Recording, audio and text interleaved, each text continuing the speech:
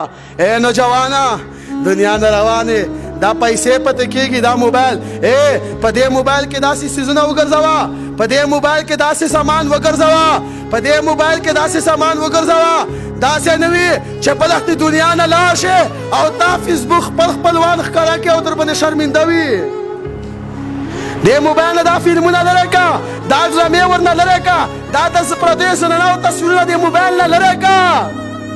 دې موبایل کې داسې سامان وګرځوه په دې کې داسې سامان وګرځوه چې ته دنیا نه لاړ شې او تا موبایل خپل خپلوان ګوري چې هغې سترګې اوچتې وي داسې نه وي چې الله ته سره ټیټوي خپلوانو ته سره ټیټوي دا موبایل ډېر عجیبه څیز ده په دې آی ډي باندې علماو بیانونه وګوره په دې باندې قرآن تلاوت وګوره ګاڼه مه شیر کوه داسې نه وي چې ستا آی ډي پرته وي تا ګاڼه شیر کړې په دې موبایل آی ډي کې او ته دنیا نه تللی او ستا ګاڼه خلک ګوري دا ټول ګناه به تا پسې رسېږي دا موبایل به دا فلمونو نه صفه کوو که نه انشاءالله دې موبایل نه خو به دا ګاڼې لرې کوو که نه انشاءالله څوک څوک وایي ماته موسی انشاءالله زما موبایل کې پردیو زنانو تصویران فلمونه ډرامې زما توبه ده نن نه بعد به دا هر څه به ونه لرې کوو انشاءالله دې ته به نن نه بعد د قرآن تلاوت ورسوو انشاءالله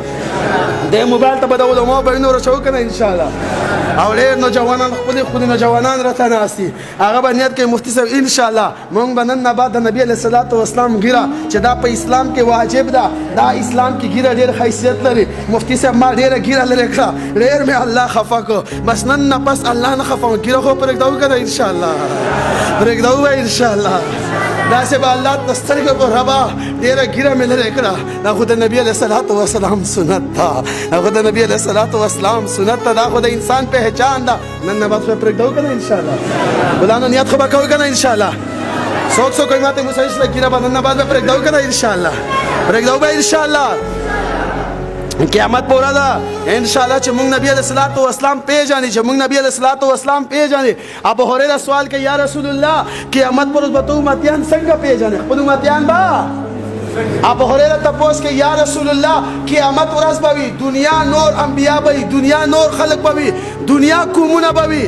نو تا ته به د خپل امتي پته څنګه لګي چې دا زما امتي ده نبي صلی الله علیه وسلم هغه زه خپل امتي پېژنم زه خپل امتي پېژنم وایي یا رسول الله څنګه پېژنې وایي ما امتي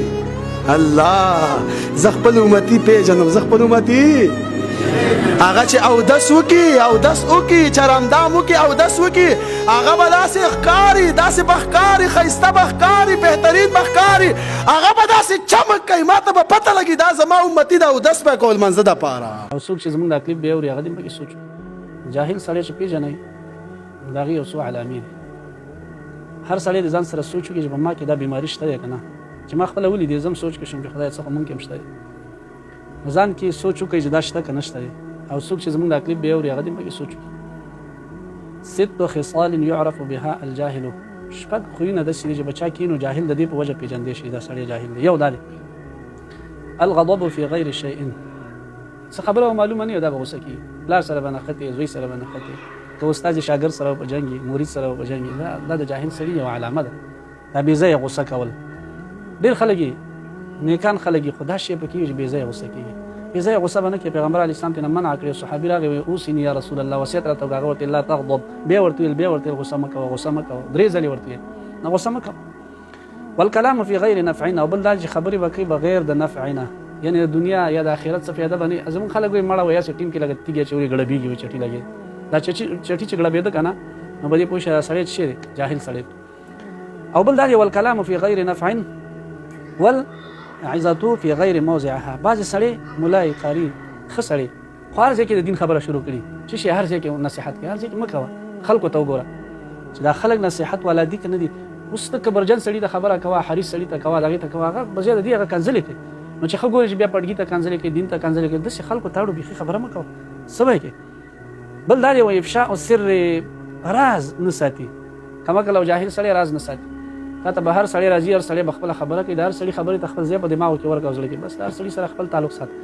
یو سړی به د یوې پوهي یو سړی به د بلې پوهي یو سړی به د بلې پوهي بس د هر چا سره به خپله خبره والثقة بكل احد بل دا دی چې یقین به کوي په هر چا باندې یو خو په هر مسلمان باندې د خیر ګمان چې مسلمان ښه دی یظن المؤمنون خیره هر مسلمان به خیر ګمان کې حدیث کې راځي ما لم یرا شر چې څو پورې تېنه شر نه لیدلی خو نن سبا بعضې شیانو نه مونږ شر لیدلی خو لکه دا میډیا باندې هر مولا راځي څوک یې دا نه ګوري چې د ده عقیده سمه ده که نه په دې میډیا باندې هر سړی لګي دی عالم به د علماو توهین وکړي ما ډېر لیدلي دي داسې دلته یو ببر سړی را پیدا شوی غونډه اوس علماو پسې لګي ولا ملا داسې وکړه ته چې شی که ته ملا نو ته بې بد ولې د علماو خو پرېږده که نه که د یو عالم سره ستا ذاتي معاملې ته ورسره ورشه چې قهوه به ورسره وڅښي تورې چای به ورسره وڅښي ګپ به ولګي ستا خبره به غال کړي که زما کار څه دی چې زه په میډیا باندې یو عالم توهین کوم ولې کوم نه دی پکار داسې به نه کړې دې نه به ځان ساتې نو په هر چا به باور نه کوئ ځکه د هر سړي عقیده خرابه څوک قادیانین دي څوک معتزله دي څوک خارجیه دي د هر رقم ډلې راوتې دي لګې دي خبرې کوي نو د دې هر سړي خبرې به نه اوري بل دا دی ولا يعرف صديقه من عدو جاهل سړی خپل دوست او دشمن نه پیژني په هر سړی چې یا مې دوست یا مې هر سړی دشمن دی نه هر سړی نه دشمني نه هر سړی دوست خپل دوست پیژندل پکار